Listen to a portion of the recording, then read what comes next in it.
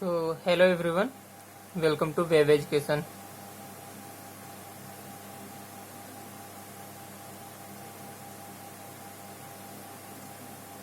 Video शुरू करने से पहले अगर आपने चैनल को अभी तक सब्सक्राइब नहीं किया तो चैनल को सब्सक्राइब कर लीजिए और साथ में बेल आइकन को दबाइए ताकि आपको हमारे द्वारा दी जाने वाली हर एक वीडियो की नोटिफिकेशन समय समय पर मिलती रहे।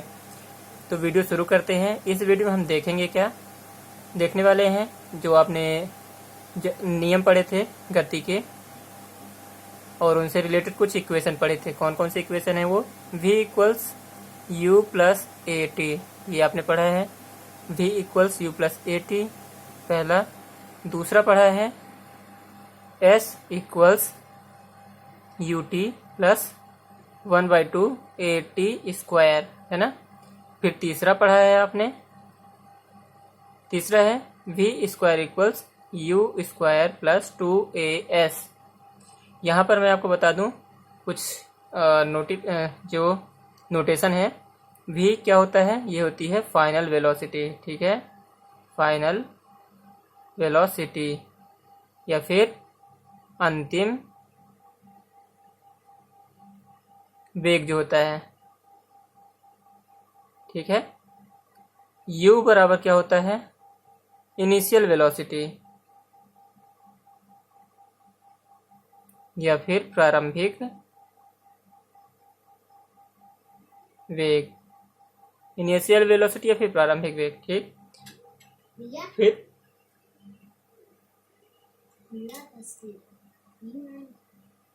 फिर उसके बाद होता है ए क्या होता है?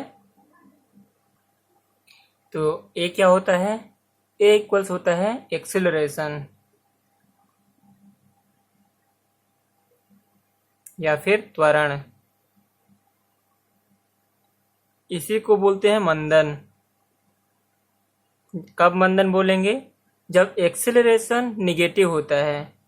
माइनस ए को बोला जाता है रिटार्डेशन। रिटार्डेशन मतलब मंदन, ठीक है।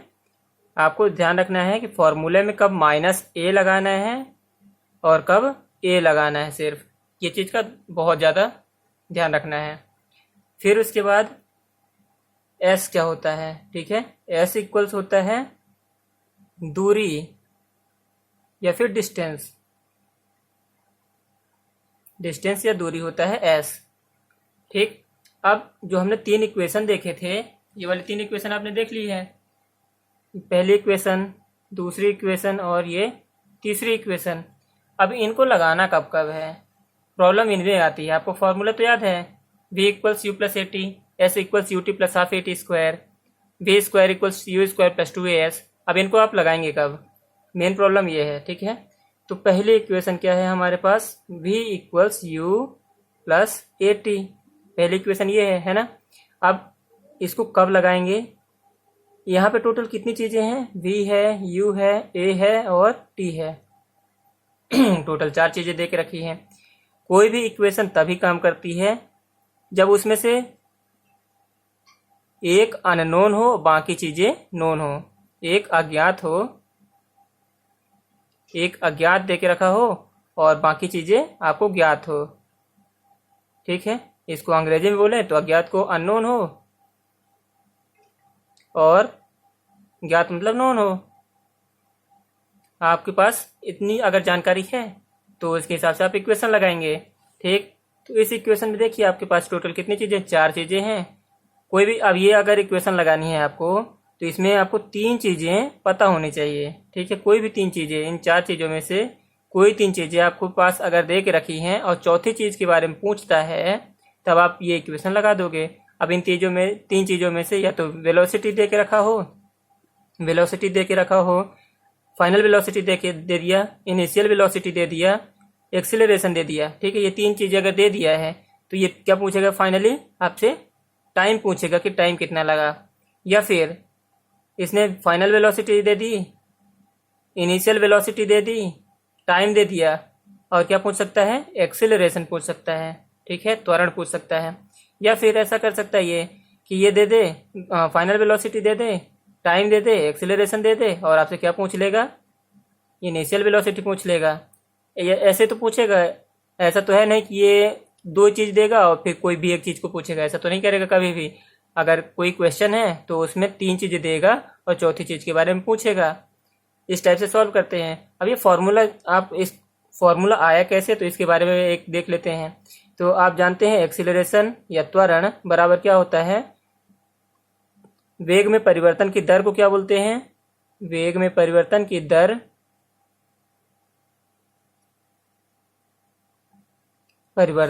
को क्या कहते हैं, त्वरण कहते हैं। तो वेग में परिवर्तन मतलब final velocity minus initial velocity upon time कर दोगे तो क्या आता है, एक्सेलरेशन आता है ना। अब इसी को अगर आप गुणा कर दीजिए, तिर्यक गुणा कर लीजिए, क्रॉस मल्टीप्लिकेशन, तो AT इक्वल्स क्या हो जाएगा, V माइनस यू, है ना। तो अब u को इस साइड ले जाइए तो आपके पास क्या बचेगा, V equals u plus AT, यही बचेगा ना। यहाँ से ये फॉर्मूला आ जाता है। अब दूसरा नियम जो था, दूसरा इक्वेशन क्या थी, सेकंड वाली, S equals ut plus 1/2 AT square, ये वाली है। ये कहाँ से है, सबसे पहले हम इसके बारे में बात कर लेते हैं, है ना। तो आप जानते हैं वेलोसिटी इक्वल्स क्या होता है, डिस्टेंस अपॉन दूरी में परिवर्तन की दर को क्या कहते हैं, वेग कहते हैं ना। तो ds अपॉन dt। अब आपने क्या पढ़ा है, इंटीग्रेशन या अवकलन पढ़ा है, अवकलन समाकलन पढ़ा है ना, इंटीग्रेशन डिफरेंशिएशन। तो अब इस सेम यहीं पे आपको अप्लाई कर देना है। तो पहली वाली इक्वेशन क्या थी, v equals u plus AT था आपके पास। अब v की जगह में क्या रख दोगे, ds अपॉन dt, है ना। तो ds अपॉन dt रखोगे इसकी जगह में, ds अपॉन dt रख दिए इक्वल्स u प्लस AT कर दिए, है ना। तो क्या आ जाएगा, अब डिफरेंशिएशन है ये, अब इसको इंटीग्रेट करना है। तो मैंने यहाँ क्या कर दिया, ds equals u dt plus AT dt, ऐसे कर लिया। अब इसको आप डिफरेंशिएशन के फॉर्म में डिफरेंशियल इक्वेशन दे के रखा है, तो इसको आप अगर इंटीग्रेट कर दोगे या फिर अवकलन इसका निकाल लोगे समाकलन से, मतलब समाकलन इसका निकालोगे, तो क्या आ जाएगा, S2 माइनस S1 इक्वल्स आ जाएगा ये ut प्लस 1/2 AT स्क्वायर। अब यहाँ ये इक्वेशन कब आती है, हमने तो ये पढ़ा है कि S equals ut plus 1/2 AT square, है ना। तो ये तभी अप्लाई होती है जब ये बोल देते हैं कि इनिशियल जो डिस्टेंस कवर की गई थी वो 0 थी। तो अगर S1 0 हो जाएगा तो यहाँ पे क्या बन जाएगा, S equals ut plus 1/2 AT square. अब बात करते हैं इसको लगाना कब है, मेन प्रॉब्लम यहाँ पे है, तो लगाने के बारे में देख लेते हैं हम।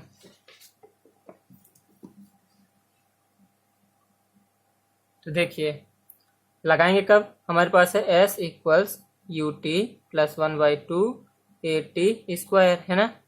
तो अब क्या करेंगे हम, यहाँ से देखिए हमारे पास क्या क्या है, यहाँ पे S है, U है, T है और A है। टोटल कितनी चीज़ें हैं, 4 चीज़ें हैं। अब इन 4 में से आप देख लीजिए कि आपके पास कौन कौन सी चीज़ें दे के रखी है। अगर 3 चीज़ दे के रखेगा और वो चौथी चीज़ के बारे में ही पूछेगा, ऐसा ही करेगा इक्वेशन। अगर पेपर बनता है तो 3 चीज़ें देगा और चौथी चीज़ के बारे में पूछेगा।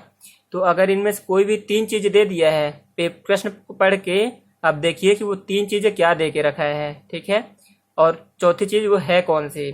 3 चीज़ें वो दे के क्या रखा है और चौथी चीज़ पूछ क्या रहा है, तो उसी के हिसाब से आपको ये फॉर्मूला लगाना है। और तीसरी इक्वेशन क्या थी, तीसरी इक्वेशन थी, ये तो दूसरी हो गई। और तीसरी इक्वेशन थी v square equals u square plus 2as, है ना। तो यहाँ पे देखो क्या क्या दे के रखा है, यहाँ पे वेलोसिटी दे के रखा है, final velocity, initial velocity, acceleration और डिस्टेंस, ये 3 चीज़ें दे के रखा है। अगर वो टाइम की बात नहीं कर रहा है, टाइम अगर नहीं देता है और पूछता भी नहीं है टाइम, तो आपको कौन सी इक्वेशन लगानी है, आपको लगानी है v square equals u square plus 2as लगाना है, अगर टाइम नहीं दे के रखा है तो। और अगर टाइम दे के रखा है और डिस्टेंस भी दे के रखा है तब आप लगाओगे s equals ut plus 1/2 AT square. और अगर टाइम दे के रखा है, वेलोसिटी दे के रखा है और डिस्टेंस नहीं दे के रखा है, तो आप, और डिस्टेंस पूछ भी नहीं रहा, तो आप पहली इक्वेशन लगाओगे v equals u plus AT। तो आप ऐसे क्वेश्चन कर सकते हो, ठीक है। अब एक एग्जाम्पल के फॉर्म में देख लेते हैं। तो एग्जाम्पल कैसे हो गया, मान लो बोल देता है कि कोई कार प्रारंभिक वेग u बराबर 10 से चल रही है, प्रारंभिक 10 किलोमीटर प्रति सेकंड की रफ्तार से चल रही है, ठीक है, 10 किलोमीटर पर सेकंड की रफ्तार से चल रही है, वह फाइनली उसका त्वरण क्या होगा, 10 किलोमीटर प्रति सेकंड की रफ्तार से चल रही है फाइनली, और